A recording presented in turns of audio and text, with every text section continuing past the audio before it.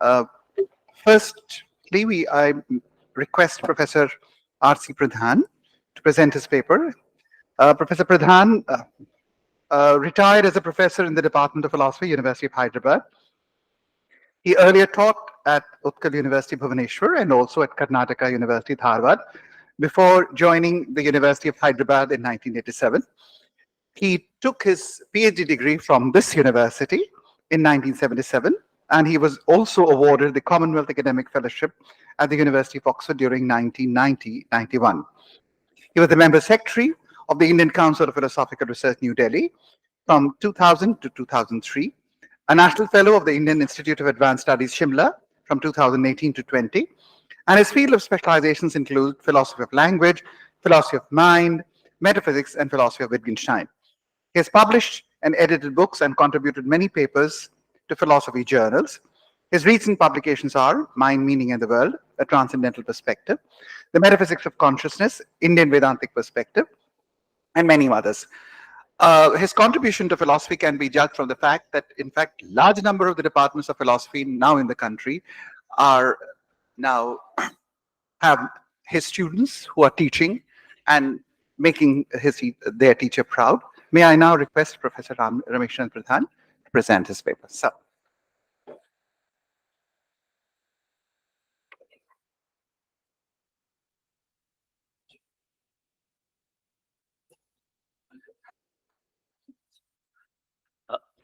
Thank you, Professor Chandra, for your kind introduction. Uh, Esteemed Chairperson, Professor Chandra, my Professor Singh, my fellow participant, and all these scholars in the audience, and students and research scholars, ladies and gentlemen. First of all, I must thank the department for inviting me to participate in this seminar. I especially thank Dr. Moria for facilitating my presence here, and I always deem it to be a privilege to be part of the activities of the department, which is my alma mater. The subject that I have chosen to discuss today is uh, truth, reason, and reality, uh, a critique of relativism and historicism. As we know that the analytic philosophy is a vast arena of many ideas which are acceptable at some point of time and rejected later on. So analytic philosophy is not a static entity that we can always hit it uh, as we hit a straw man. It is a changing, dynamic ways of thinking. It is not a system, but it is a multitude of different views, as the one which I'll discuss here about language, truth, and reality. What I have done in this paper, I will not read out the paper because of the limited character of time. I will take some 20 to 25 minutes, and rest can be for question answer. What I have tried to do in this paper is to continue a debate which was initiated today itself by Professor Rakesh Chandra initially in his inaugural address, and also continued by Professor Bill Gramy. That is the point of relativism, and also perspectivalism, which are the two terms which are associated for strange reasons, though they are not synonymous. One can be a perspectivalist without being a relativist, and vice versa. The three concepts which are occupying the center stage of our discussion is language, truth, and reality. On language, I will speak less, but I will speak more about truth and consequently about reason, which bring in language into the focus, and reality. Why I have chosen this topic is for the reason that truth has been at the center of controversy within analytic philosophy and outside. For example, truth has been rejected by the relativist like Richard Rorty, whom we have referred to in the beginning of this first session. He has also suggested that we don't need any theory of truth. And he says truth is, like Nietzsche, for example, was the first to tell us that truth is just a metaphor. It is a mobile army of metaphors. But that is a strange caricature of the notion of truth. But as we go on from the very beginning of any analytic discourse on the nature of language, statements, and the nature of logic itself, we see that truth itself is a central concept. So in my paper, I want to emphasize that truth is a fundamental concept, not only for analytic thinkers, but for any system of, any way of thinking that we have. Truth is no less important for example, Heidegger, who is an existentialist, a phenomenologist. Truth is a fundamental concept. So is truth a fundamental concept for any system of thought in India. Satyam Vada, that is the way Indians have started thinking about truth. So truth is not a minor concept or a derivative concept. It is a fundamental concept. How to prove that? That is one of my effort here. You see, I will go back to Davidson, with whom we are all familiar. In fact, Professor Bill Grammy has been a permanent student of Donald Davidson. He has suggested in one of his famous papers the folly of trying to define truth. Even defining truth itself has been taken by him to be a folly, is a part of foolishness. That is, you cannot define it because it is so fundamental. Just as you cannot define a fundamental concept like good according to G. Moore, because it is so fundamental that any definition will require, uh, you will have to presuppose that concept. So in that sense, truth is presupposed by thought or language. In anything that we speak, we have to raise the question, is what you are speaking true? So the idea of truth comes in as soon as we make a statement in our language. Similarly, when you think about the world or about anybody or about anything, then the first question arises, is it true? Is your thought true? Or its opposite false? So the truth-false dichotomy is a part of our rational discourse, is a part of the way we use language and also have thoughts. So in that sense, to define truth itself is a Herculean job and we may not succeed. That's why Davidson suggests that it is a folly to try to define truth. If we go back a little bit earlier, we find in Frege a similar idea that truth is so fundamental to logic that it is as good as a futile exercise to try to define it. You must take it for granted. By taking it for granted, we are not saying that the truth is something like a divine entity, or it is something uh, something which philosophers have to take for granted because it is a divine kind of idea. But that is not the case. Truth is fundamental to language use. Truth is fundamental to our thought. The many attempts to eliminate truth, like the elimination theory of truth, superfluity of truth, these are all caricatures of idea of truth. So anybody who looks at the concept of truth will take it uh, as a case of how fundamental it is by understanding that without the notion of truth, we cannot make any statement at all. For example, if we make noises and we make meaningless noises, nobody will ask, is your noise all that you are sound, all that you are making sound is true or false? But as soon as language comes in, truth also comes in. Then the next question which I have attempted to answer is, what is the origin of truth? Where does the idea of truth come? So here, many will suggest that perhaps language brings in the idea of truth, that language is the home of truth. But that may not be the case. I suggest that truth must be rooted in our rational capacity, our rational thinking, which we call the reason. Reason is the mother of truth. If at all we search for a mother or an origin of truth, then ultimately we have to trace it back to our reason. Why reason?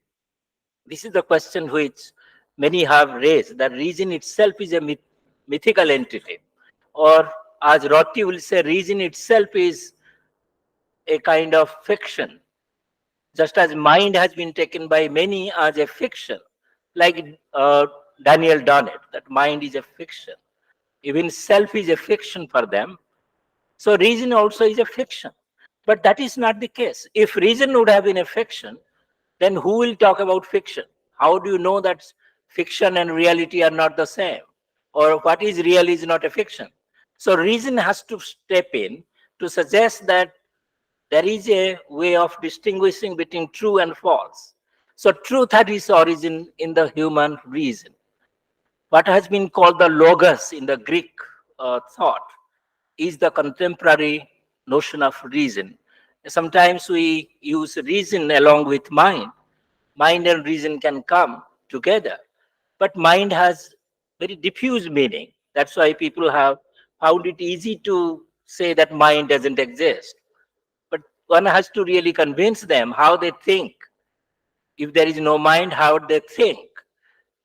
And now we can ask, if they do not think, then how can they say that that is truth is itself a fiction? Or, for example, reason is a fiction. So reason must be also a fundamental trait of human beings, at least, if not the animals. Who knows that human animals also have some kind of rationality, though we do not know how to interpret the animals. We are trying to understand the animals, and if we go by the standard way of talking about animals, uh, perhaps we will not follow Descartes in saying that animals don't have souls. But we can, even if we go in the contemporary idioms, we may say animals don't have reason like ours. Yes, of course, human reason is different from animal reason, just as human mind will be different from animal mind. So in that sense, we can say the human reason is something defining about human beings. If we take away rationality from man, then man will be reduced to an animal. So in that sense, we can say reason, which gives us logic, also gives us the idea of truth. So in that sense, truth must be a fundamental concept. Now let us come to relativism about truth itself. The way relativism has really tried to suggest that any way of thinking will be as good as any other. A strict relativist, or let's say radical relativist, will say that everything goes. Whatever you say is true. Whatever I say is true, and whatever you say is true. Whatever I think is true, and whatever you think is true. Then everything goes. This is what Hilary Putnam, for example, says. This is nothing but a caricature of what human beings really do. You cannot say that every way of thinking is true. One of them will be true, or many of them will be true, but some of them will be false. So in that sense, relativism really uses the notion of truth in a wrong way. By allowing every way of thinking to be true, or every way of speaking to be true, it has really taken out the very sense of being true. So relativism is a caricature of not only the rejection of truth, but also a caricature of truth. Let us come to the idea of conceptual schemes and the perspectives. This has been a matter of our discussion. When multiple conceptual schemes are allowed to allowed to exist, we cannot deny that everybody thinks in the same way. We cannot deny that there is only one culture in the world or one religion in the world. We cannot say that. There will be multiple ways of expressing ourselves. Just as multiple ways of developing literature, we have multiple ways of developing religious ideas, and we have multiple ways of having philosophy. So what will happen if there are multiple conceptual schemes or multiple perspectives? Who will decide which one is true and which one is false? If we take a relativist, take the example of the relativist, he or she will tell that all the conceptual schemes are true at the same time. But this will be a mockery of truth. Because if everything is true, then nothing is true. So everything goes. So that is what Putnam is seriously questioning. And that is what Donald Davidson is also questioning in his famous paper on the very idea of a conceptual scheme. So he says multiple conceptual schemes there could be, but if they are found to be incommunicable with each other, if they are incommensurable in Kuhn's language, then really relativism follows. Why relativism follows? Because you are not allowing any translatability among the conceptual schemes. You are not allowing any kind of communication among the conceptual schemes. So the commensurability is denied. Then in that case, what will happen? Truth will be the first casualty of this kind of relativism. Because everything is becoming true, therefore nothing is really true. So truth and falsity dichotomy doesn't apply at all. That means logic has failed. So relativism is directly attacking logic and directly attacking our reason or rationality. Because if we are rational, then we are bound to decide that some conceptual scheme is true and some are false. So one scientific model is true and another scientific model is false. Now this is how science develops, that it is not the case that every model of science is acceptable or understandable or even taken as true. So something has to be decided to be true or false. So in that sense, relativism is a great threat to human rationality because it is closing the possibility of any comparison among the conceptual schemes, and also it is also denying the possibility of any kind of rational consideration among the conceptual schemes. So in that sense, even if we accept multiple conceptual schemes, multiplicity we can accept, but relativism we have to reject. So what sort of relativism really we can accept? Rorty accepts some kind of a cultural relativism. In his famous debate with Hilary Putnam on relativism, he says he is a relativist only in the concept, in the sense of a cultural relativist, that different cultures are there, and therefore whatever is true in one culture is not true in another culture. So in that sense, he says this is understandable and acceptable, that relativism among the different cultures or different conceptual schemes is certainly a acceptable suggestion, that what appears to be acceptable to one culture may not be acceptable to another culture. But if you say that one cannot judge the other culture, therefore one cannot apply any rational criteria to the other culture, then relativism comes. That means you are not allowing any rational discussion, and you are not allowing any kind of truth applicability so far as our understanding of other cultures are concerned. So here, relativism really fails to understand how human mind really works. As Professor Bilgrami suggested and very nicely suggested, that human mind itself is developing and human mind is in history. And so in that sense, new perspectives will always arise, new science will develop, new cultures will develop, just as new technology develop. but doesn't mean that we are lose in any kind of rational consideration of the future evolution of different conceptual schemes. We can judge them, we can anticipate them, we can also tell what the differences are there, and we can also tell which will be false and which will be true. It may so happen that a future generation may develop a culture which will be contradictory of all human rationality. Suppose human reason fails totally, and we have a new culture of irrational people, totally irrational, who have no ethics, who have no religion, which are really, in a sense, robots, or let's say a future generation of zombies, for example, who behave like intelligent people without consciousness, without mind, and without reason. So, what will happen to that?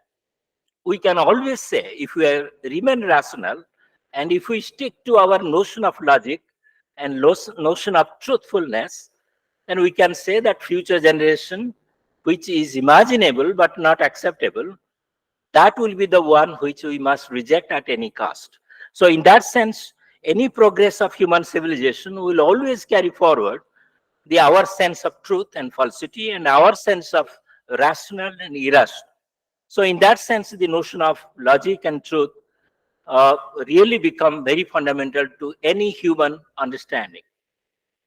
Let us come to the idea of what is suggested by historicity or historicism. Rorty has really popularized the notion that most of the cultures change and most of the conceptual systems change. And therefore, change is the very nature of human thinking and human language as well. He suggests, and perhaps he agrees with the most of the historicists, uh, who, whom, who are mostly called the postmodernists, who believe that contingency is the rule of the law, the rule of the universe, that contingency is the rule. And there is no necessity anywhere in our thinking and in our language. If that is so, if historicism is a way of understanding human nature and human culture and human sciences, for example, then in that case, the question will arise again, where is what will be the point where we can understand which change is really acceptable and which change is not? If historicism is rampant and massive, if we say that everything changes and in the process of change nothing remains stable, then the question remains, then how to judge that a particular changing feature, a particular new change which we get is really rationally accepted. So historicism itself cannot tell, as Rotti suggests to us, that we can really judge everything in terms of historic development. See, there is a difference between historic development, which is haphazard, which is really discontinuous, and which has it doesn't carry carry any continuous uh, elements. Then it will be a case of chaotic development. But if we go by Hegel, for example, Hegel has been appealed to as a great historicist who suggested that human spirit itself is developing and developing towards a greater goal. So that is Rothko suggests Hegel is a historicist because he brought the entire world and the process of the evolution of the spirit within a historic process. Yes, history cannot be denied. Time cannot be denied. So truth and historicity and temporality will go together. But if we suggest that all our cultures are developing in a haphazard way, in a very chaotic way, without any kind of standard of judgment of those historic changes, then in that case, historicism itself will be falsifying truth and reason. What will happen to truth in a historic perspective? That means truth itself has to change. Today's truth will be tomorrow's either greater truth or lesser truth. The truth will also uh, develop. But such a concept of truth we don't have. Such a concept of logic we do not have. Truth has always been ahistorical, atemporal for this reason that truth cannot be really a slave to time. Anything else can change, but logic cannot change. Of course, we know that different logics have come into existence. It is not that there is only one system of logic, but this is not a case of change from classical to non-classical logic. It is a change, it is a different kind of logic we have developed.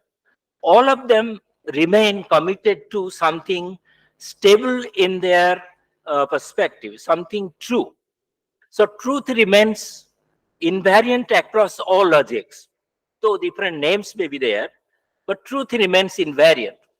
So there must be something invariant in the historical process. What was invariant in Hegel? It was the spirit. Let's call it human mind. And this was developing in a magnificent form to achieve a greater goal. That is, evolution was aiming at some important goal, which is called the absolute knowledge. We may not accept the kind of absolute knowledge in contemporary times, but we cannot deny the fact that there is a process of knowledge. There is a point where the historic process itself will stabilize.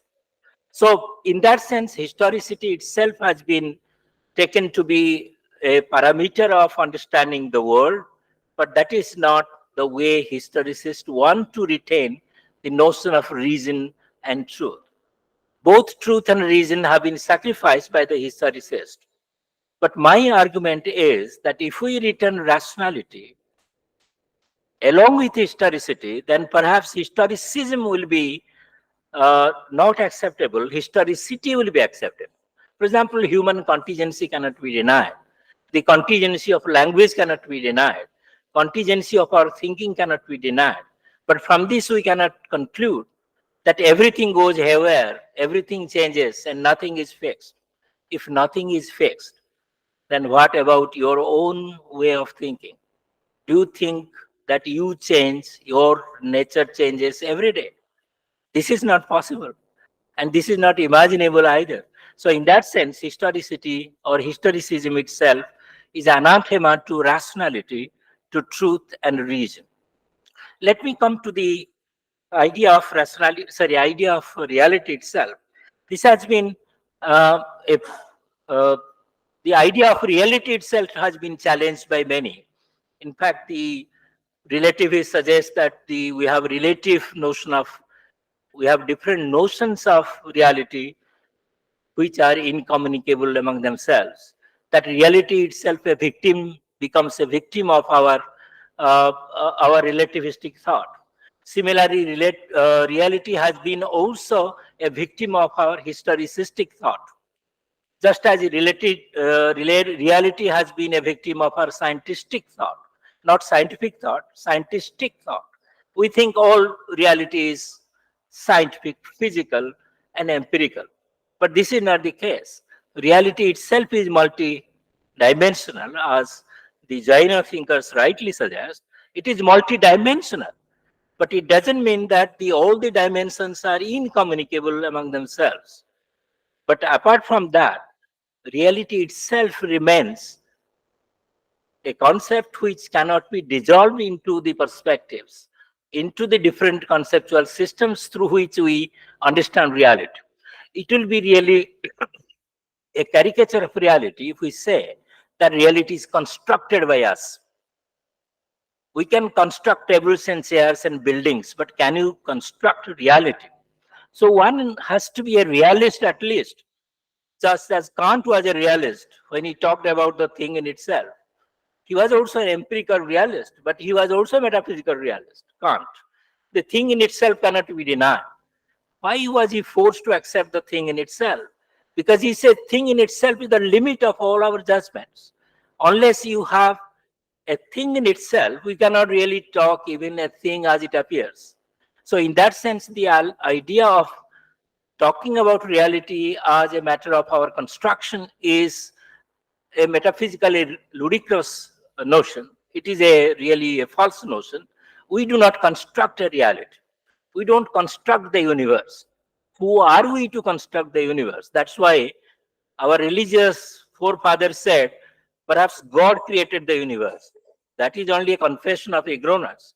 We do not know how the universe came into existence, in spite of all scientific theories. So, science itself has not really established how the reality came into existence. Maybe it is there always and did not come into existence. It is there. So, in that sense, reality has to be accepted. Whatever language we may use, whatever vocabularies may we use, whatever science we may profess, whatever whatever things we do in our thought and language, reality will be always a matter of our debate and our discussion.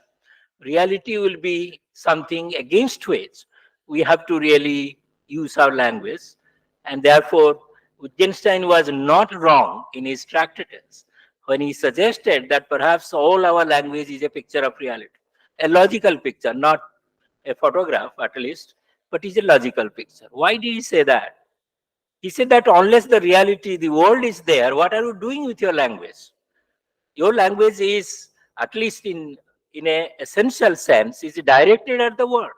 Who can deny that all our thought is directed towards something? So in that sense, reality remains the positive pole against which our thought and language are functioning. So whether we accept a picture theory or a non-picture theory, whether we accept representation or non-representation, we are not getting away from the reality. Reality is really, for any analyst, any philosopher, the first God he has to really serve, because the reality itself remains the ultimate mystery for language and thought to discover. So, in that sense, the quarrel as to whether there are multiple realities, multiple worlds, just as Nelson Goldman says, there are multiple ways of making worlds. This looks to be ridiculous, because we do not make any world. We may make a world of art and world of music, but we do not make a world as such. If that is the case, we have to go by our philosopher's sense that reality must be there, accepted, and we are answerable to the world. This is the language which McDowell has used, our answerability to the world. And that will be the source of the objectivity of our thought, about which Professor Bilgrami will talk in a later discussion. So, objectivity of our thought has to be accounted for. We cannot reduce everything to a subjective phenomena, because that will be also a kind of massive injustice to the objective world. So whether we are realist or non-realist or anti-realist, whether we are realist or idealist, we have to accept the world. It is a matter how we receive the world.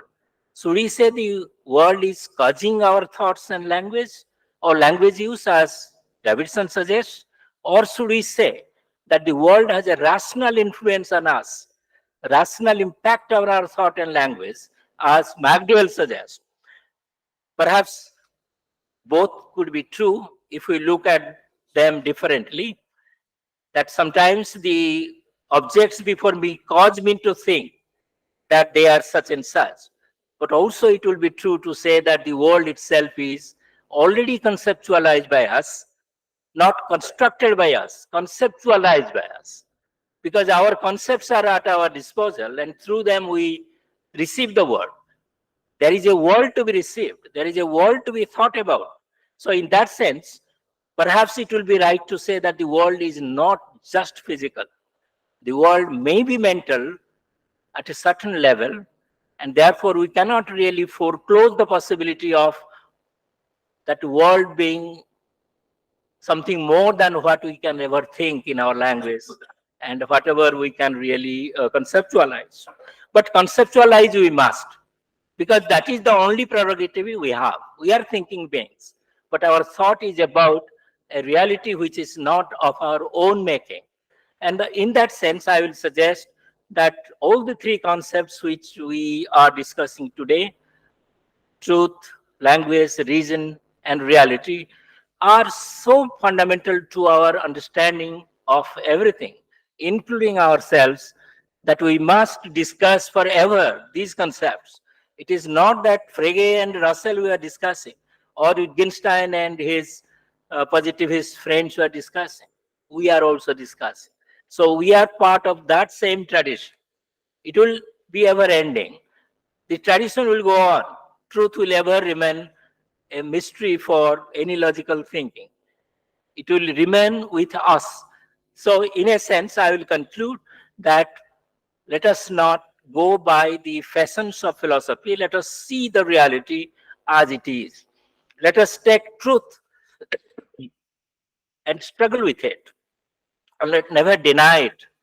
And therefore, let us not accept that everything is within our grasp. The reality is in our hands. No, reality is not in our hands. So, in that sense, let us not be fooled by our own subjective feeling that we have mastered the whole world. No, nobody has mastered the world. Not philosophy, not science. World we have to humbly accept it as being a godlike entity. A God's eye view of things is a necessary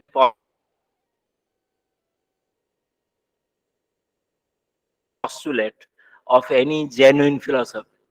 The perspective of everything. We cannot be confined to our prison house of our mind, or even our thoughts, or even our language.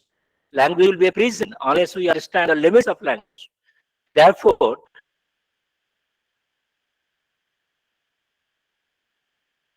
we must go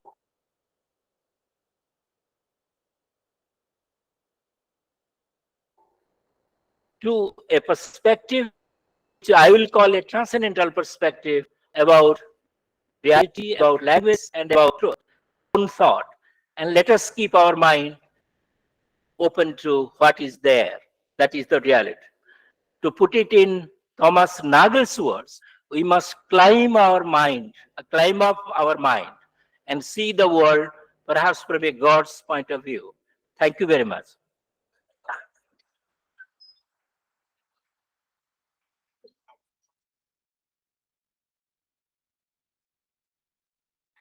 Thank you very much, sir, for your wonderful and extremely provocative paper. We hope that all of us are aptly disturbed, and especially coming from you. Many of the things I think are very, very disturbing, and we hope that we'll have a good discussion on that.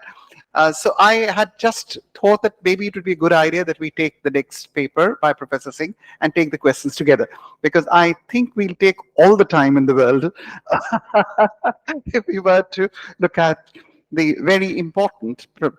Uh, the next paper to be presented is by Professor Balram Singh. He's one of the most distinguished scholars that we have known in the past few years. He's been a professor since 1990 at the UMass Dartmouth University, and currently he's a professor at the Institute of Advanced Studies, conducting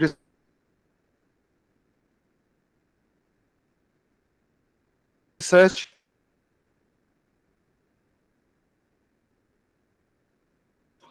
on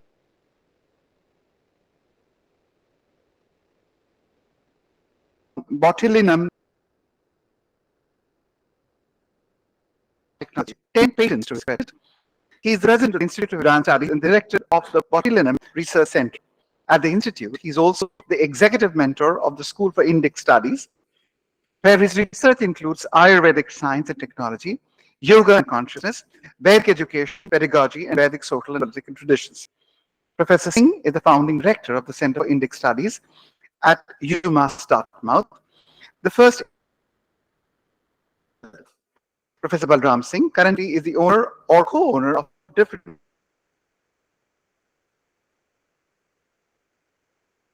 corporations in the United States of America, Europe, and in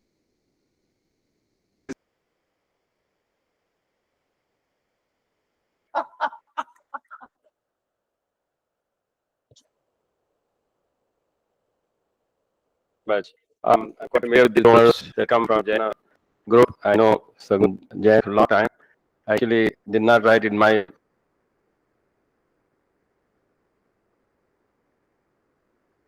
biography that I conducted 11 years teacher training in America.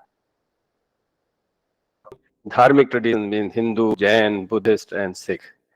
And find the Jain groups in the United States as well as in India are very organized, extremely cooperative, very generous.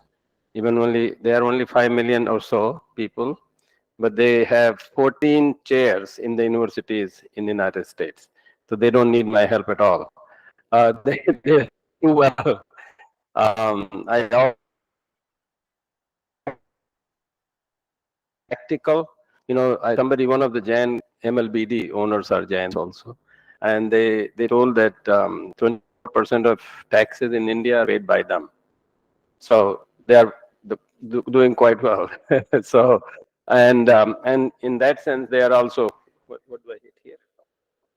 Can you do the slide? Yes, no slideshow. Can you do the slideshow? This is just.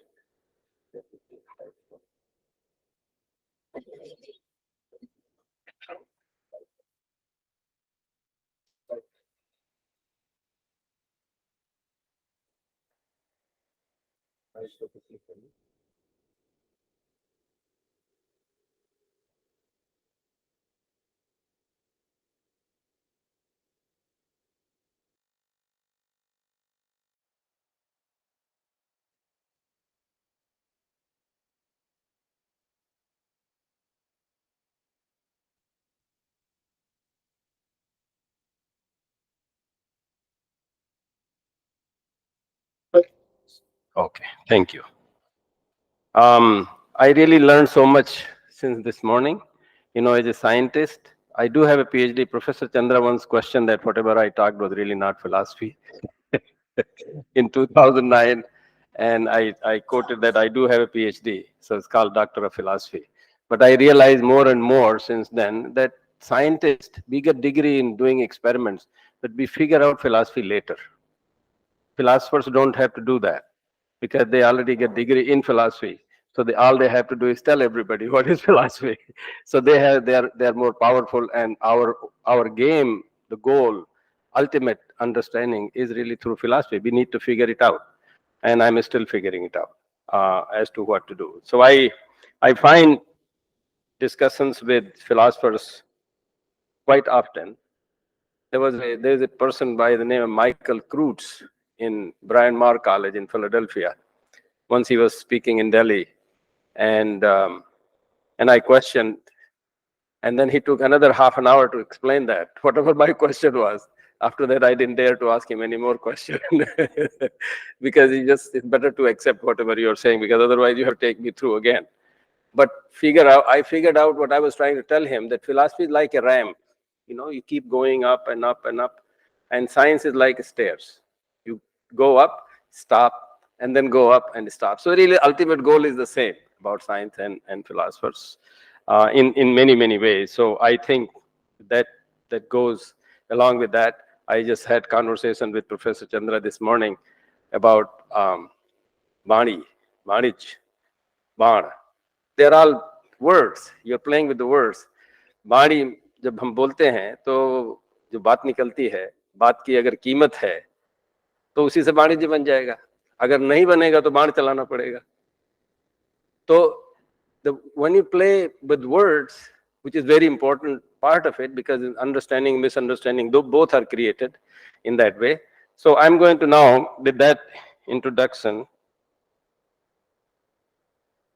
yeah.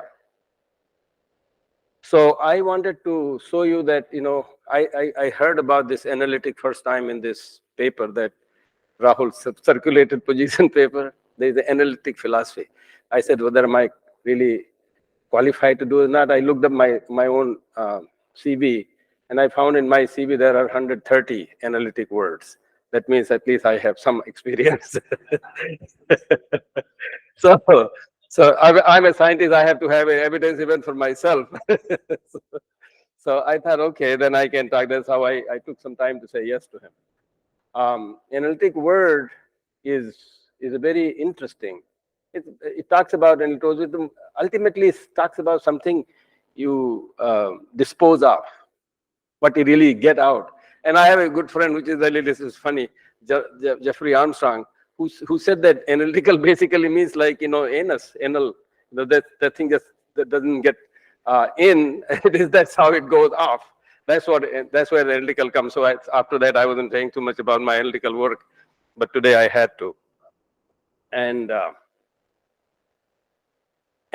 this word has been used, quite often these days than in the past. This is past about 200 years of history of how the analytical word being used, frequency of use of analytical. So I think this is really of time.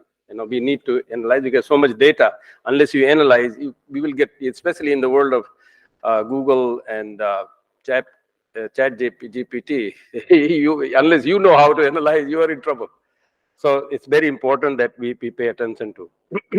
I would not read all of it. I do not have a paper, I have only slides.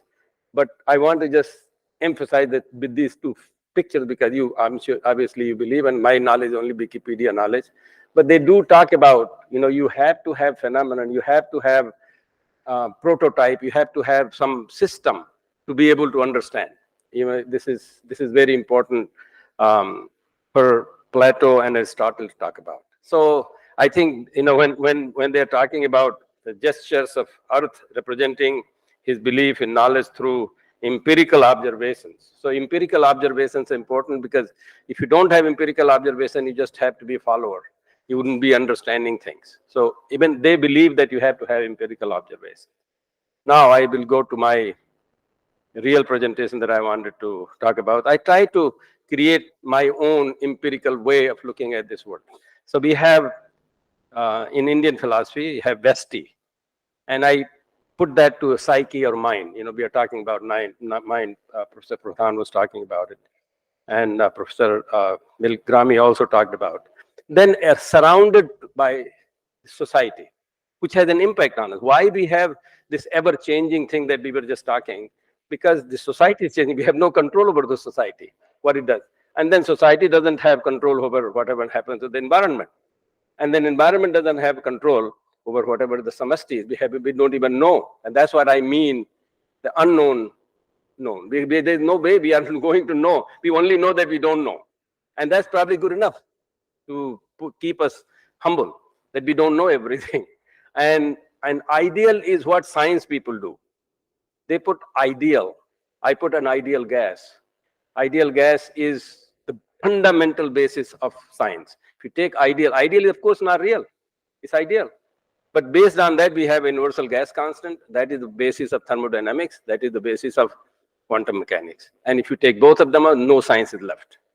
So something that doesn't exist, but something that can be pursued, is an important thing. You may not be able to be Ram, but if you pursue like Ram, you will get somewhere. You may not be able to become your professor, but if you pursue the things that your professor has been doing, you will get somewhere. And that's kind of empirical thing for you. So I have, in thermodynamics, there is a concept of system and surrounding. So I just define the surrounding for us as human beings. But it has an effect. It's all the calculations of thermodynamics are done based on system and surrounding. And this is also the same thing, what system and surrounding, they have to be in resonance. And that to create an understanding. And that is Yat Pindita Brahmande, is the philosophy, that Indian Vedic philosophy. Now that has the basis that leads to Vasudhaiva Kutumbakam. Because if you have that Yat Pindita Brahmande, means I and you are the same. So nationalism doesn't work. Nationalism, I think Indian philosophy doesn't have nationalism. It has only internationalism, if at all. Or we say the whole Vasudhaiva Kutumbakam. Aham Brahmasmi. Brahma means the whole Brahman is me. I'm responsible for it. I'm not a Malik of it. I'm not the owner, but I should be responsible for it, because then I will learn, because I want to know that. And that is the basis of the entire Ayurveda, which is science, which is Professor Chandra just mentioned. I am doing some research on Bhashma, and I'm also doing some research on Tulsi. Actually, we just got Tulsi patent, a patent on Tulsi to treat cancer. So I wouldn't go into details here, obviously, because we don't have time, but I want to make, and that is the basis of the universe, how it has been created, Big Bang theory, and how we are polluting the whole thing, how we are polluting the air, how we are polluting the water, how we are polluting the earth, and how we are getting heating up. And then the whole thing is going to eventually someday end in a big bang. It's called pralay. One way or the other, if you don't understand. And the people think science is very analytical. Actually, this is the American Association of Advancement of Science. It says science is a way of life. So it comes back to the same thing, that you go all the way and then come back to your own life. You think about, even science people think that it's just a way of life. So philosophy is extremely important to decide that way of life. Now, I'm just going to go a little bit quickly because I think time is limited. So physics, philosophy and physics, this is written by a Nobel Prize winner, Werner Heisenberg, whose theory was the theory of uncertainty. It's never certain. No matter what we say, it's never certain. So I would not go into the details, except this, I just say that he basically said that where you come from, what your culture is, what its sanskaras are, how your parents are, how the birds and all kind of animals around, all makes you a very different person. You look at things very differently. When people say good morning, I mean, I live in the United States. Most of the time, I get up in the morning, I have meetings, people from here, and they say, good evening, sir. Of course, they mean well, but they really is not good evening there. It's morning. But I accept that, okay, I understand. Because everybody sees from wherever they are. So they say good evening because they mean well, but it's not really good evening. I have to wait for 12 hours to get that goodness. So that kind of difference is always there, where you're coming from. But, India the government has Article 51A of the Constitution that says you must develop a scientific temper, and which means you can always keep going and keep understanding. So I have understood now that when somebody says good evening, that means really good morning for me, and I just accept it that way. When you have that kind of idea, then karmande badhikaraste ma phaleshu kadachan. You just keep doing where you are, however doing. This is a big subject for me, but I'm not going to talk more here, other than just mentioning, just to give some credit from you guys, saying that the guy knows a little bit about philosophy. Philosophy as the cause of unscientific conflict, because they keep coming up with the ideas. Marx comes up with they have different world orders. Noam Chomsky has his own world order. Henry Kissinger has his own world order. So they all write books about world order. Then people start following that. Oh, these people are very bright. There is something wrong if you don't follow that. So they create, actually, in my opinion, some of them at least, Karl Marx, war on economy, Samuel Huntington, Third World War on religion. This keeps happening because these people give us the lead. Now, the Erwin Schrödinger and Francis Crick, these are another two Nobel laureates. I'm not going to read this. I will be happy to give the slides to people because there's not enough time. But they're talking about the scientific belief that our minds, the behavior of our brains, all that kind of stuff that Francis Crick talks about. On the other hand, Erwin Schrödinger is more like a Upanishad person. He has he said there is a multiplicity of our mind, multiplicity of our realities and all that. And if you really take that, then he will say, Eko aham bahusyami. Let me just basically, the only way you can take, these are Nobel laureates. One is a biologist, one is a physicist. And they're talking about from their perspective. Something actually Francis Crick was very highly against Hindus, because Hindus have this big numbers, like thousands, millions of years. And that time, they didn't know that. They think that the world started 5,000 BC or something. So obviously that's not right. So they think that Hindus just have an idea. I also think sometimes Hindus have this idea of putting fascinatingly large numbers about time. But anyway, Eko aham bahusyami is the thing to appreciate everybody. Particularly, it is important to understand that science gets around there. Here is an experiment published in very respectable journal of Proceedings of National Academy of Science, where they had moral issues. Somebody was talking about abortions this morning. Abortion is one of the moral issues, and for everybody. Like that, euthanasia, homosexuality, all that. They tested people, saying what you think and what other Americans think. They found they think differently than I do. At least they are realizing it. You know, here there is those dots, those who can see on the front, those dots, actually they didn't ask them what you say. They wired them. And when they thought about the difference, they recorded it. So when they see the two dots, that means they feel the difference. They ask them, what do you think and what God thinks? No, what Americans think and what God thinks. They found bigger dots. They mean God, what thinks really had nothing to do with these guys who are thinking like the crazy people, liberals and this and that, all this kind of stuff. But when they ask what you think and what God thinks, no difference. Everybody thinks what they think is what God thinks. And this is experiment, scientific experiment. That you have already Aham Brahmasmi. Everybody is Aham Brahmasmi. So this kind of ideas have been done, and this is again the Schrodinger's Atman is equal to Brahman, and we had some discussion right now, you know, this morning. That's what we have now. Einstein is another scientist who says the most beautiful and most profound emotion we can experience is the sensation of the mystical, which is more like metaphysical. It is the sour of all the scientific, all true science. He to whom this emotion is stranger, who can no longer wander and stand wrapped in the awe, is as good as dead. So you can see, you know, he really believed, even though he's a scientist, but he believed in all this. But then what he said, to know what is impenetrable to us really exists, manifesting itself as the highest wisdom and the most radiant beauty, which our dull faculties can comprehend only in their primitive forms. This knowledge, this feeling is at the center of the true religiousness. So I wanted to differ with him. You know, I also sometimes become like a philosopher. I say it's difficult to accept all the things mystically without direct experience. Religion has had bad history. We all know. It still has bad history right now, continuing bad history. So there are so many things. There is a great need to work interdisciplinarily. Philosophy, linguistics, language, physics, chemistry, biology, etc. And, you know, of course, nobody will listen to me. I mean, Einstein is Einstein. So I try to check.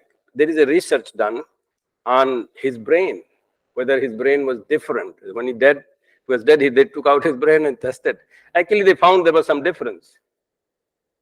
I don't know. Yeah, maybe you can see my cursor here. This is all red here, and there is a yellow and this red. So this red part actually expanded in his brain. So there is when you practice something, there are certain parts of our brain starts working that way.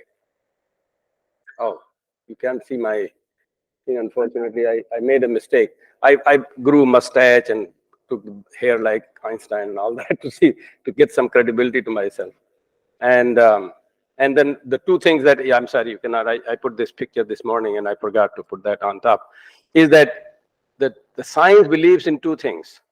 Things must change with time, and then there was a discussion about time and historicity. And it doesn't have to be only history. Anything else will change with time. And also it changes with concentration. These are the two features. If they don't happen, we don't have any science left. So if you do that, and if you bring the idea Indian philosophy in it, especially because I'm interested in Ayurveda, so there it talks about dharma.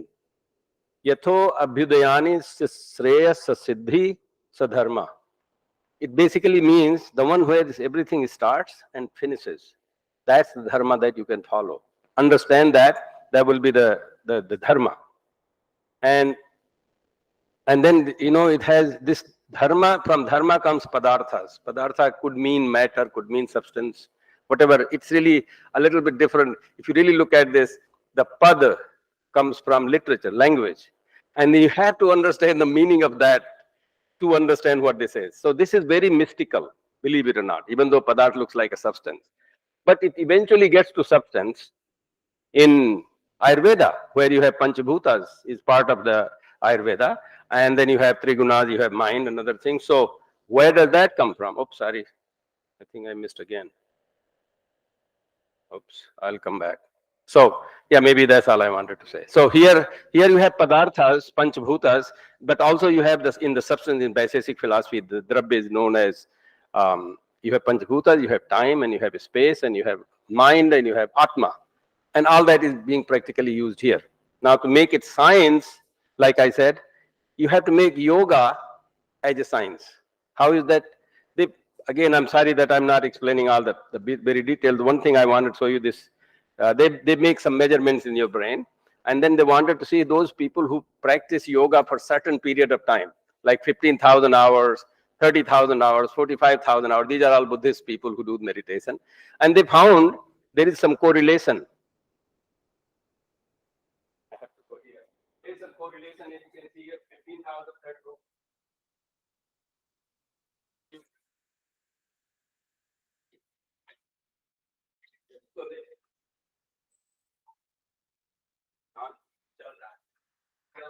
ठीक है तो here you see the no I'm not going there anymore. So anyway, 15,000, 30,000, 45,000 hours are your practice, and you see the correlation in your brain works better. So that means it changes with time. And this is the way to say that even though yoga is a philosophy, you think you're practicing your mind, but here is something you can measure. The same way is something else. Yoga do more. I did this with my students. I do it all the time. I teach this course, Science of Kriya Yoga. It's a very important thing to know. In the University of Massachusetts, this course meets science requirements for graduates, undergraduates. So university has accepted this as a science because I was able to convince them by doing all this. So when you measure your own body's perceptions of your chakra systems, then you will find that you find these ratings 1, 5, 4, 3, 2 like that, and we found the change in body posture, recorded intensity and awareness in these 5 zones. Repeat it over. If I tell you to repeat 5 minutes later, you will not get the same matrix. It will be different. That just shows that how with time it changes for you. Serendipitous. So this is what we found. From this, we found 2D matrix developed. The matrices were totally different for different individuals. No pattern in the matrices based on gender, age, nothing. No reproduction of the matrix, even for the same individual. And even for these, there are 9 to the power of 10 to the 20 possible ways. And that's why we couldn't find a difference. Just imagine if you divide your body into 100 such things, infinite number of postures. So that's you can practically see yourself that you are changing. I don't need to convince you because you can just do it yourself and find it that way. So, and that is the case for all the things. Nobody's fingerprint matches nobody. Nobody's DNA matches with nobody. Nobody's sound matches with nobody. Never before, never after. Na bhuto na bhavishyati. That means you are the unique. You should act like that. Only learn from everybody else because then you will become Brahma. This is just my way of looking at the same thing. And then this happens, they did experiment of some people buying cars. If they tell them 4 features, they think logically. Tell them 12 features, gut feeling, subconscious decision. That means you have this level of perception. There are so many other experiments people have done, and then they can find. Now this, I wanted to, how much time do I have? 5 minutes. Okay. So, in Nasadya Suktam, they're talking about vibration or oscillation. I use this vibration. This is also, I learned so much from Jain philosophy because they talk about karma as a vibration. So the karma as a vibration really makes perfect sense. I was able to use this to make my own model that philosophy people also like to do some model. And then I came up with measurement of consciousness, time in terms of temperature. Time in terms of temperature. And then I came to be this number, consciousness coefficient, which has 5.05 times 10 to the power 17, which is for somebody who doesn't have any mind developed, enlightened mind. It's like a stone. But if you have developed, you will have less. I didn't call it constant compared to Western world. Western world tends to call constants, universal gas constants, for example. I like to call it coefficient because your coefficient, you can change it. You can always, as you evolve, as you realize, you can change your own coefficient and you can follow it. So I think, since I have a couple more minutes, paradigm of or model building, how epistemology is very important for philosophers and for everybody else. So I did the experiment. I went to Google. If you want to know about me, just normal people just go to Google. I put Google and wanted to look at my photographs. You can see some of them, and there are some other people. I'm not. It's not me, obviously. So my son taught me that if you put your own picture, you will see yourself, only yourself. So I did that. I put my picture, as you can see, and all the people, none of them match me. Interestingly, all of them are women. Yesterday, 2 days ago, I went to JNU. The guard stopped me. He said, "How can I help you, ma'am?" I said, "Do I look like a ma'am?" So, and they're all Europeans, not Indians. Now, if you think about Balram Singh, you will be thinking about like that. Obviously, this is a way of epistemology. Go to Google, use the image. You will think that is the best one rather than checking the name, because at least there could be several people with the same name. So I put with the bearded one. Now, none of them are women, but they are all Europeans. Still all Europeans. I have nothing to do. My heritage in Ayodhya. I come from Ayodhya. I have nothing to do with Europeans. But that's what you will think. Then I put my name also. And you can just see the mixture. I put the image and the name. Then a lot more of me and a lot less of other people, not Europeans, because they don't have Balram Singh name. As you can see, I put Balram together, Balram separately, all this. I'm doing everything what epistemologists normally will do. But you're finding mistakes in everywhere. So you have to be very careful. You know only you. Google doesn't know you. And those people who are looking about you on Google, they're going to make mistakes. So assumptions, they're ontological. There are something that is true. I mean, I'm making Einstein theory of relativity. That's the way it is. And epistemology is Heisenberg's uncertainty principle, because things are uncertain, you're going to figure it out.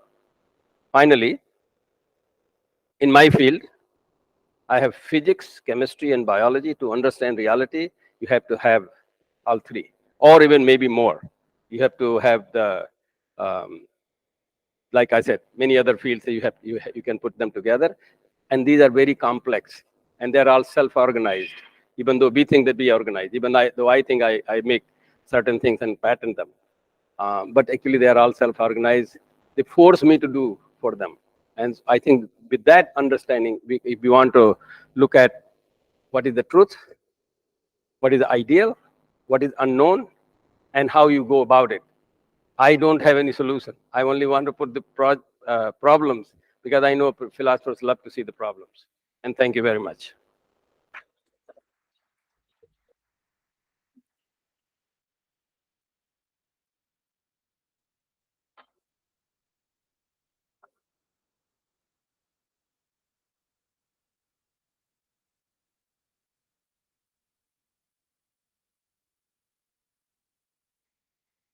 Thank you very much, Professor Singh, for your very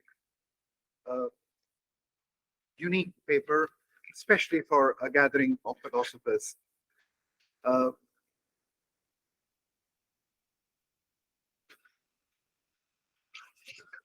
we invite questions to both the papers, I was just thinking that maybe there would be a few things which I would be perhaps happy if the speakers were able to tell us from my side as well. One, as Professor Pradhan was mentioning in the very beginning, he mentioned that he took the question of relativism very seriously, and I just wanted him to talk or think about that, how when Rorty talks about two kinds of relativism, he talks about one relativism and incommensurability, and the other where he says, which he thinks Davidson has rightly dismantled. But there is another relativism which he thinks is useful, where he says that no epistemic position is privileged. And how would you react to that? And then I was just wondering that in the very beginning, when you start your discussion on truth and take the question of truth and truthfulness, would you like to say that they are quite the same? Because in one of the ways in which we have been learning all through, truth is generally identified as only a formal notion in the Tarski-T convention, which would remain constant in all the theories of truth. So truth as a formal notion where P, if and only if it is the case that P would remain as a formal definition of truth across whatever meaning you give. And in that case, what seemed to be the flavor of your paper, where you seem to identify truth as a fundamental realist notion, seems a little worrisome. Also, the question that you said that reality is not constructed. In that, I was also wondering that how would we then react to all those formal discussions where we were told that real and actual are like indexicals. So real in multiple possible worlds, in different possible worlds, different things would be real and different things would be actual in that respective world. And in this particular, what would be real and actual would be the same, quite the same. And this is the kind of a discussion which we were trained in all these 30 years. Of course, you are right in bringing forth the discussions about truth, that do we really need to have a theory of truth by many scholars. And in Rorty's two works, the very old 57 paper on the world well lost, and then the Davidsonian thing of are we words apart or worlds apart. I was wondering that your insistence on a strong foundationalism of an advocacy of the God's eye point of view seems extremely curious in the end of 2023. So I thought that apart from the many questions, if you would take my questions too. I'm also very happy that, Professor Balram Singh brought in many interesting things for our discussion. And since he's not trained like us in the formal, he brings in a great amount of novelty, both in subject and what I found very fascinating, and again at the quest, is that he does bring in on 2-3 occasions actual experimentations based upon the brain-mind identity theories, both as he mentioned about our social attitudes, as well as the measurability of consciousness. But then I would wonder that how would it square well with the first statement that he made about uncertainty and multiplicity.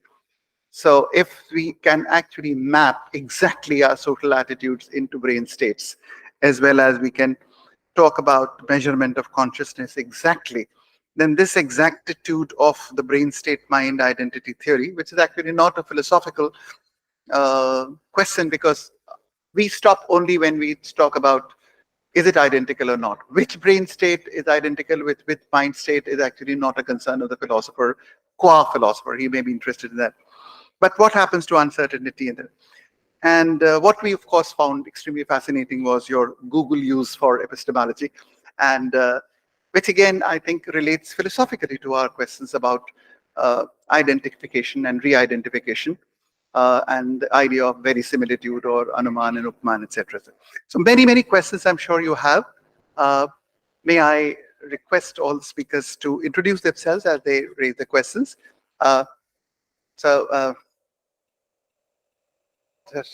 Yes, I know. But can I request Professor Monidippa Sen to first raise a question, then Rajan, and then. And please mention who are you raising your question. Yeah. Working. Oh, we have another mic. I think I should start with the questions by the chairperson. Oh. Yeah, No, because they are very fundamental to what I really suggested.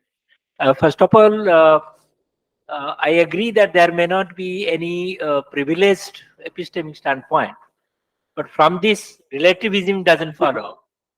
See, we can go on approximating the truth. There is the idea of approximation to truth. So truth can be a constant factor in all our epistemic and endeavor, but our approach to truth could differ from time to time. So that kind of relativism is not a relativism, it is a relativity to time and context. Relativity itself doesn't give rise to relativism.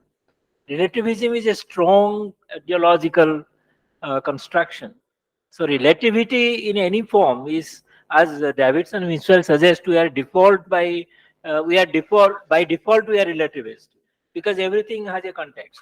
But from nothing, relativism follows from this. Yeah. Davidson, to my mind, had 2 points. One, at the third dogma of empiricism, he said that the scheme content dichotomy itself is at fault. The second thing that he was saying was that the idea of conceptual of pluralism, if true, can't be said, and if said, it's not true. So there is a certain kind of an essential failure of the articulation of relativism, so to say. The deeper question is that he's actually rejecting the scheme content dichotomy, and therefore the whole talk of relativism goes out of the focus. But are you with him or not?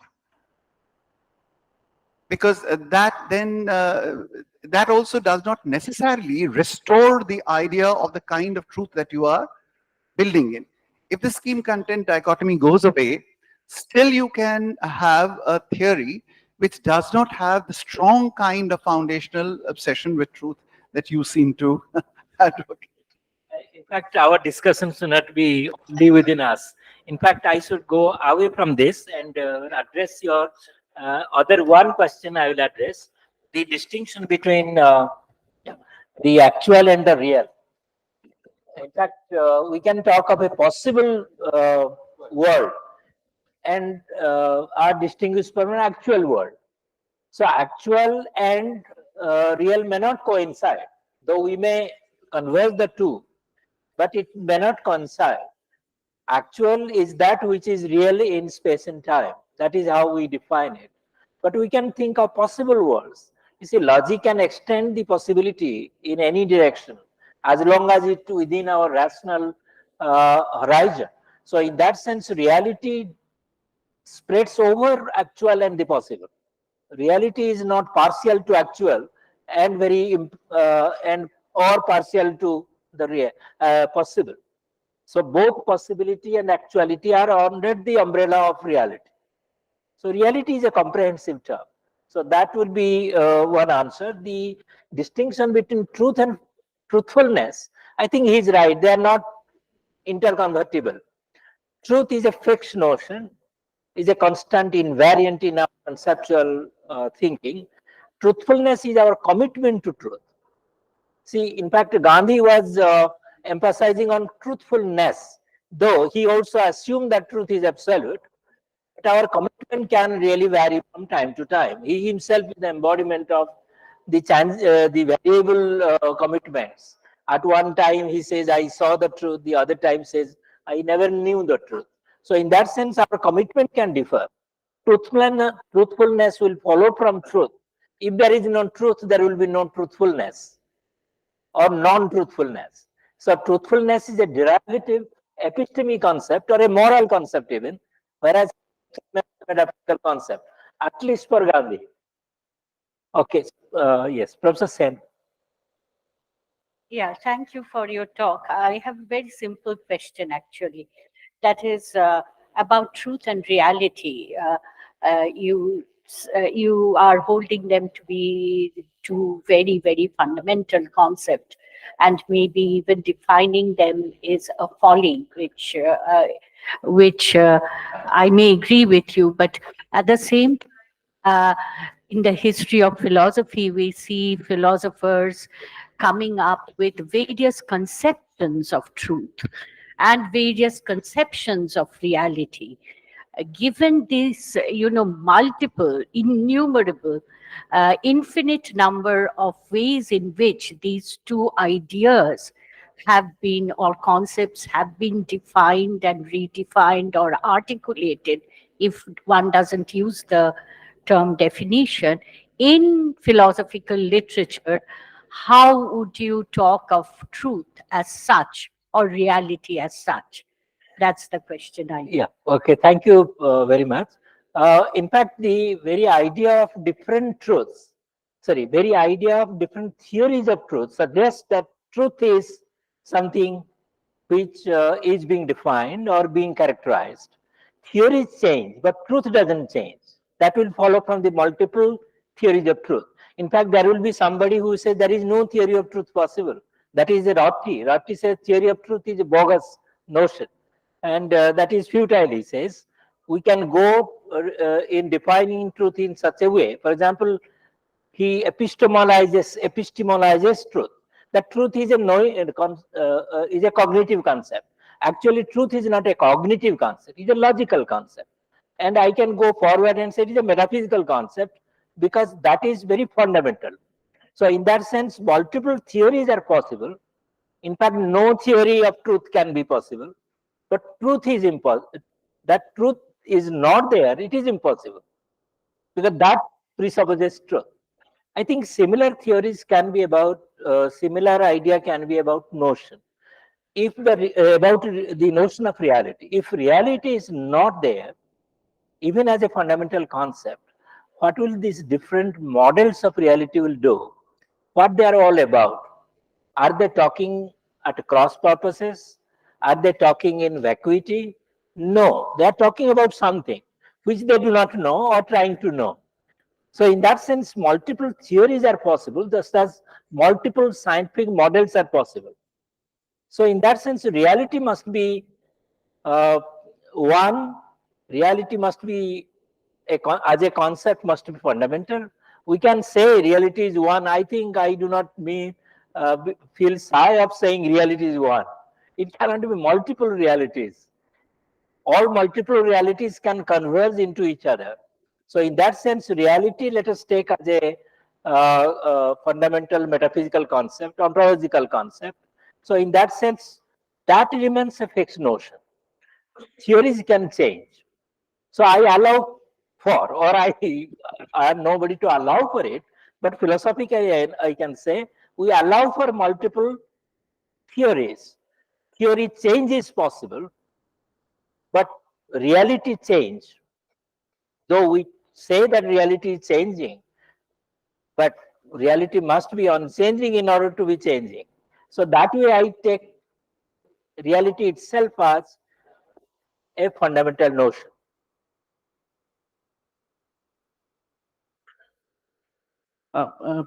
Professor Pradhan, you seem to be suggesting that reason can give us truth, but you also suggest that truth is not limited or relative to conceptual scheme. So the question is, how are we going to make sense of reason or space of reason uh, beyond conceptual scheme or beyond the space of concept? I mean, what is your conception of reason, which is, in your view, supposedly, placed beyond the space of concepts? Yeah, Thank you. yeah. That's a very important question. You see, I can use the word reason with a capital R and a reason with a small r. So when we are talking of space of reasons, it is not space of reason. When Maxwell says space of reasons, that means it is a diluted form of what, for example, a Hegel could have called a reason with a capital R. I think both are correct in their respective senses. You see, when you talk of the totality of human rationality, we can freely use the reason with a capital R. That is the reason which cannot be naturalized, as suggested by Putnam, for example. Why it cannot be naturalized? So, if reason R cannot be naturalized, reason with R capital cannot be naturalized, then reason with small also cannot be naturalized. That is the focal point of Maxwell discussion in Mind and World, that space of reasons is not a natural product. It is something which holds the ground of normativity. So perhaps for him, logic will be based on this space of reason. That will be the space of, it is a logical space of reason. That is the way he puts it. So if we use reason with a capital R, I will suggest that this is what a transcendentalists will say. It is a transcendental form of reason. A reason above all the reasons, all the spaces of reasons. Of course, one has to exercise one's abstractive imagination to talk about reason with a capital R. But that is what we call universal reason. That is not my reason or anybody's reason. That is universal reason. So space of reason also will retain universality, but that is the two different uses. One I can call the transcendental use of reason, the other the immanent use of reason. I think McDowell is more concerned with the immanent use of reason in his concept of space of reasons, in which he places the world itself. So that is, in a sense, carries forward the notion of reason, whether with a capital R or with a small r. So reason remains a fundamental concept. That will be my understanding. Lovely.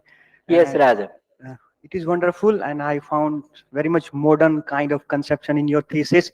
And I feel that you have done some sort of injustice to the relativist positions. The reason behind is that, when we are talking about the idea of truth, I find even talking about the idea of truth is paradoxical. You just try to refute it, the idea of relativism based on their idea that everything is relative, so it becomes a universal law. Likewise, when we are trying to define the truth, you said that it cannot be defined because it is so fundamental. So based on this thing, my first counter example is that truth is not basically fundamental. Rather, it is on the one hand paradoxical, because the moment you talk about it, you fall in the trap. Either you would define it relativistic or in the other way. So the way you are trying to say that we have to accept it for our functioning of reasoning, our worldview, we may put it in a different way. What if truth is just a hypothetical concept? What if truth is just a hypothetical concept upon which we can build up our reality? There are a number of ways in which we say that there are certain hypothetical scenarios upon which we can build up our reality. So this is one way. Furthermore, the allegation upon which you put upon the relativist, like you use certain caricatures, and they are threat to the philosophy. I think that it is a very generalized way of understanding relativism. There are some very beautiful relativistic positions, and I feel they have very good friends, skeptics. So we need to take relativists and skeptics together so that they can give us very more foundation. In that way, we need to take into account time, history, genetics, culture, and many more conceptual schemes, just like Professor Panda just put in a way. So I feel that we need to take relativistic in a more serious manner rather than in a classical modernist, thinking way. Thank you.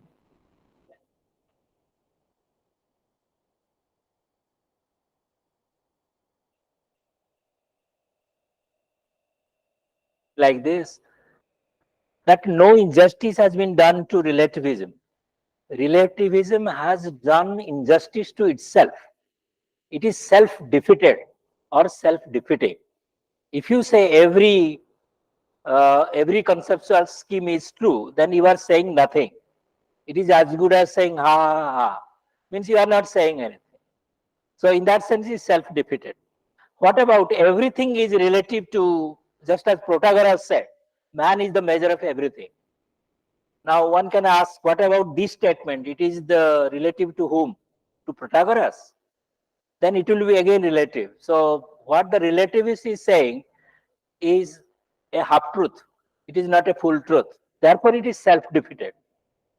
Secondly, truth is not a paradoxical concept. In fact, paradox arises when truth is missing. When you do not find the truth properly, then paradoxes arise. So it is the reason and truth which can guide us out of a paradoxical situation. So paradoxes are antinomies which reason has to face and reason has to resolve. We do not stay in the state of paradoxicality. We want to resolve it. That is exactly what happened to all the paradoxes in logic. So we get out of it. How do you get out of it? Through reason only.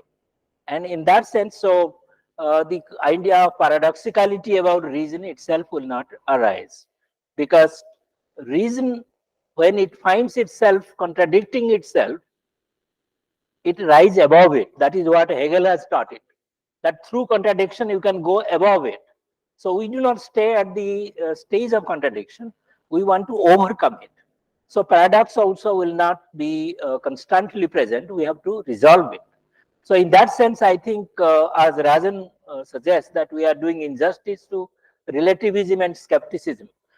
My response is that they themselves are doing disservice to themselves, because they are forgetting certain basic truths. What can global skeptics say? That everything is not a matter of knowledge. If somebody says that I don't know anything, at least one thing he knows, that he does not know anything. So if he says there is no knowledge, at least one knowledge is following from it. He knows that he doesn't know anything. So knowledge remains.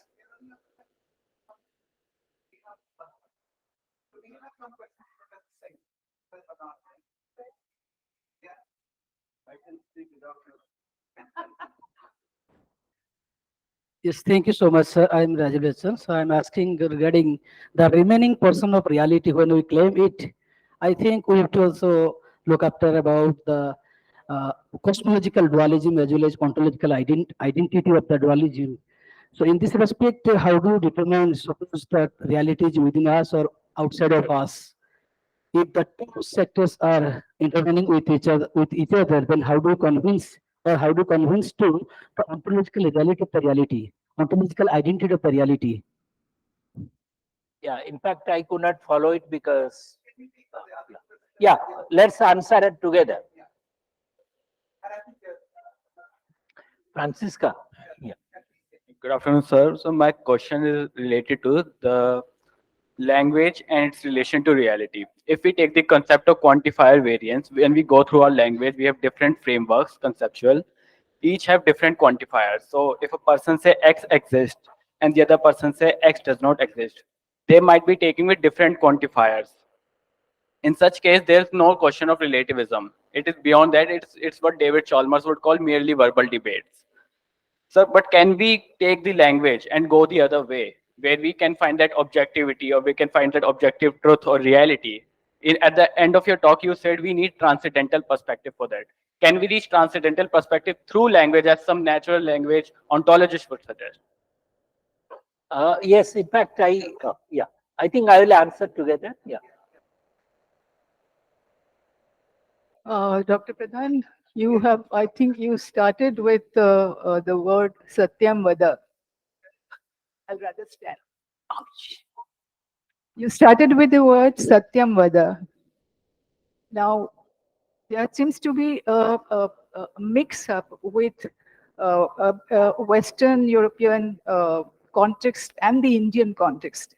In Indian context, when you say Satyam, the word comes from Sat, being, existence. And Satyam Vada, there is no mithya. Mithya is not opposed to Satya. It is asat, non-being.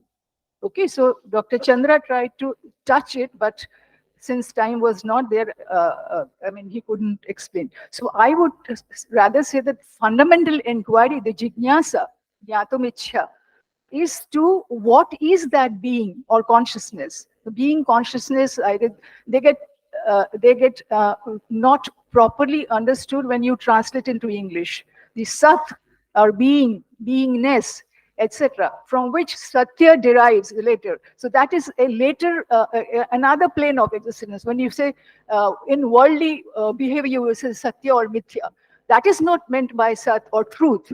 So the truth or the constant is consciousness, which is sat, and which is, so may I ask a naive question, very naive question. So when you see the star, is that a reality? I see the star. Is that a reality? No. But by the time the light reaches from the star to me, the star has moved. So you see the ghost of the star.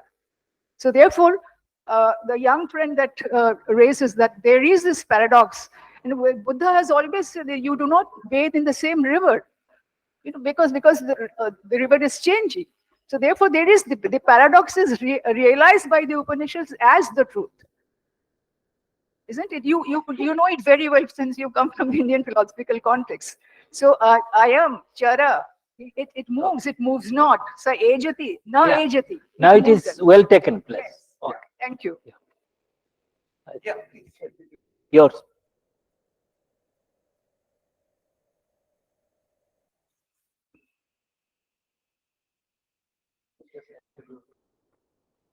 Um, Sir, Yeah. I saw many times when we are talking about the truth, about Satya, we are having two types of realities, the empirical reality and absolute reality. First of all, you were saying that as in Jainism, we can see not everybody accept the absolute reality. But as per my understanding about the truth, empirical reality is talking about the language, about the relativism when we are trying to form it. But about the absolute reality, I think it's more close to the truthness because at that time we also no need anymore about language, about comparison. We are also just accepted as truth. So how we can put these two types of realities together when we talk about truthness? Yes, so let me start with this question. Briefly, I will just respond by saying that when we say truth in the Western concept, context, the way we are doing it in the analytic philosophy is mostly a logical notion, logico-semantical notion. So, truth of a statement, truth of a theory, truth of a judgment like that. And in the Indian context, truth is, as Madam Chakravarti has suggested, truth is also taken as synonymous with reality. So, in that sense, truth becomes a purely metaphysical concept. But there is no contradiction between the two, because if we do not understand the truth as an epistemic concept or a logical concept, we cannot understand what it means as a metaphysical concept. So there is no conflict between the two, but there are two ways of understanding. When we say Sat Chit Ananda, Brahman as Sat, from which Satya comes. So it doesn't mean anything other than that which is real. So in that sense, Sat is taken as real. But when we say Satyam Bada, for example, again, Bada means language. You use language truthfully. That means you do not contradict yourself. You do not contradict the reality. You say what the reality is. So that is called Satyam Bada. If the reality is, say, Brahman, then your saying must also be in conformity with what the reality is. So in that sense, Satyam Bada has come from the word Sat. So that is an injunction to every human being that you must tell the truth. So these are not conflicting concepts. Now, as to the idea of there is a how I identify ontological reality. See, identification is a human job. It is not the job of reality to identify itself. In fact, if we say that reality is self-identifying, that will be better expression. If I identify which is a snake and which is a rope, this is my job. I am in ignorance. If I am in ignorance, I may say a rope as a snake. So there, my identification of the object is misleading. I am at fault, but reality is not fault. So in that sense, identification of a reality is our job, and we may fail or we may succeed, but reality itself is independent of it. So that's why I say the transcendental view of self is the safest guarantee against both skepticism and relativism. That is my answer to Chairman's very nice question. Why transcendentalism? Transcendentalism is not mystery mongering or inviting some kind of obscurantism. It is to say that we have to keep truth and reality and reason at a safe distance from the human kind of manipulations. How long can we manipulate these fundamental concepts and say here is truth lost, here the world is lost? My question, fundamental question is how can world be lost?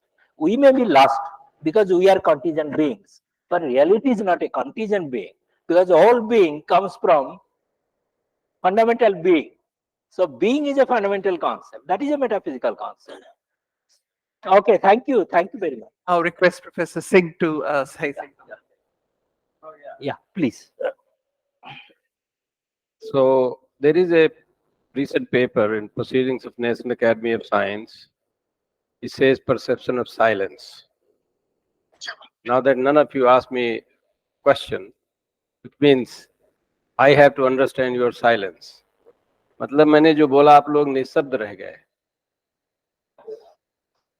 है ना? कितनी बड़ी बात है, अब इसको आप सोचते रहेंगे अभी. But I think Professor Chandra did ask me a question about how I talked about something this is just unknown. I'm trying to say something, but there is a epistemology is being questioned. About the precise location of particles. Yeah. Also, we were talking about the vector and the front. Oh yeah, thank you. At the beginning, you had started with uncertainty. Uncertain. Yeah. How do you? Okay. Yeah. Thank you. So yeah, that's clear now. So the way science looks at things is almost same way Professor Pradhan is talking about. You know, the truth is like Professor Chakravarti was talking about. You know, the stars really have moved. They're not certain anymore, and that's precisely the thing. What happens in science? You do try to check it, and then you see, oh, it's not certain. What is certain? If you the uncertainty principle says that you cannot know the position and the time. That's exactly what she was talking about. Yeah. The only thing is in science you do it, and then you find out, oh, that's not the truth. Then the concept of neti takes over. In Newton's definition of science is non-falsifiable. I think Professor Pradhan mentioned about how there may be many truths, but some falses. Actually, in science, they believe there are more falses than truth. So what we try to do is we try to falsify according to.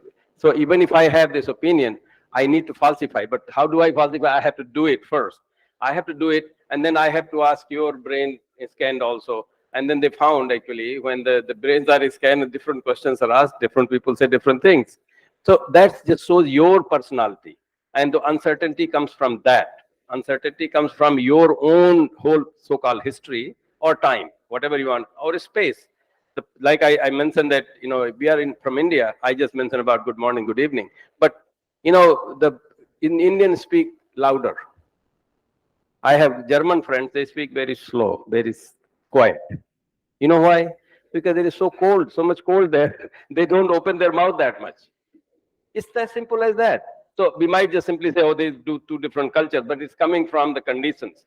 So the space and time makes the difference, which is very important for Indian philosophy as well as the Jain philosophy and the time and space concept of modern science. And I think that is the way to approach as far as the science is concerned. I know the philosophy is not what really is advancing the Western world right now. It's the science and technology. But they do need philosophy to understand how much mess they are creating. So it is very important to have these things go together. I hope that, you know, students who are asking a lot of very philosophical questions also do get to check the scientific aspects of it, because that will give them, I mean, that is the difference between darshan and philosophy. India has had darshan, where our sages had explored all kind of things, and the knowledge that they have created, that science is still like amazed with some of those things, whether it's mathematical or astronomical or Ayurvedic or yogic. It's phenomenal. But that was because of darshan. So I would very much try to read your silence. If it is because you didn't get anything out of it, then that's troublesome. But if you got on thinking about it, even if you're just thinking about it, I think Dr. Sipra Dikshit is here. She has joined my institute where we have 3 scientists, 3 philosophers, and 2 Sanskritists working together, teaching each other, trying to learn the reality, how to move forward. And which is what I was talking about, how to integrate things. There are 6 students from JNU coming next month to spend 15 days to do that, to try that, because, you know, we have a university system, that's education system, that we have all the discussion that you had, the questions as well as the answers, they're all about Western philosophers. Who said what, and whether we should accept that or not accept that. That's philosophy, great. But try to do something yourself. And then you see whether that fits or not. And then India has had such a huge history, brilliant people like, you know, you see here, the presenters as well as some of you who have come and joined PHU. I'm from JNU, I always think of JNU. But you don't hear, you know, like you don't hear Kant coming out of India, you don't hear Hegel coming out of India, you don't hear Aristotle coming out of India. Why? Because we are probably very humble. I think my request is that we should really get senior people like that and have thinking about it. You have much better ideas how to move it forward. Science can perhaps play some role in it. Thank you. Thank you very much. We have run out of time, and I must tell all the people, including the organizers, that I'm famous for being a very bad timekeeper and a very bad chairperson, because I really love to listen to the people who are speaking on the dais and also to the participants. I'm sure you have many questions which can be taken further during lunchtime. I thank the organizers, and I once again congratulate the two eminent speakers for their very provocative and brilliant presentations, Professor Balram Singh and Professor R.C. Prasad. Thank you very much.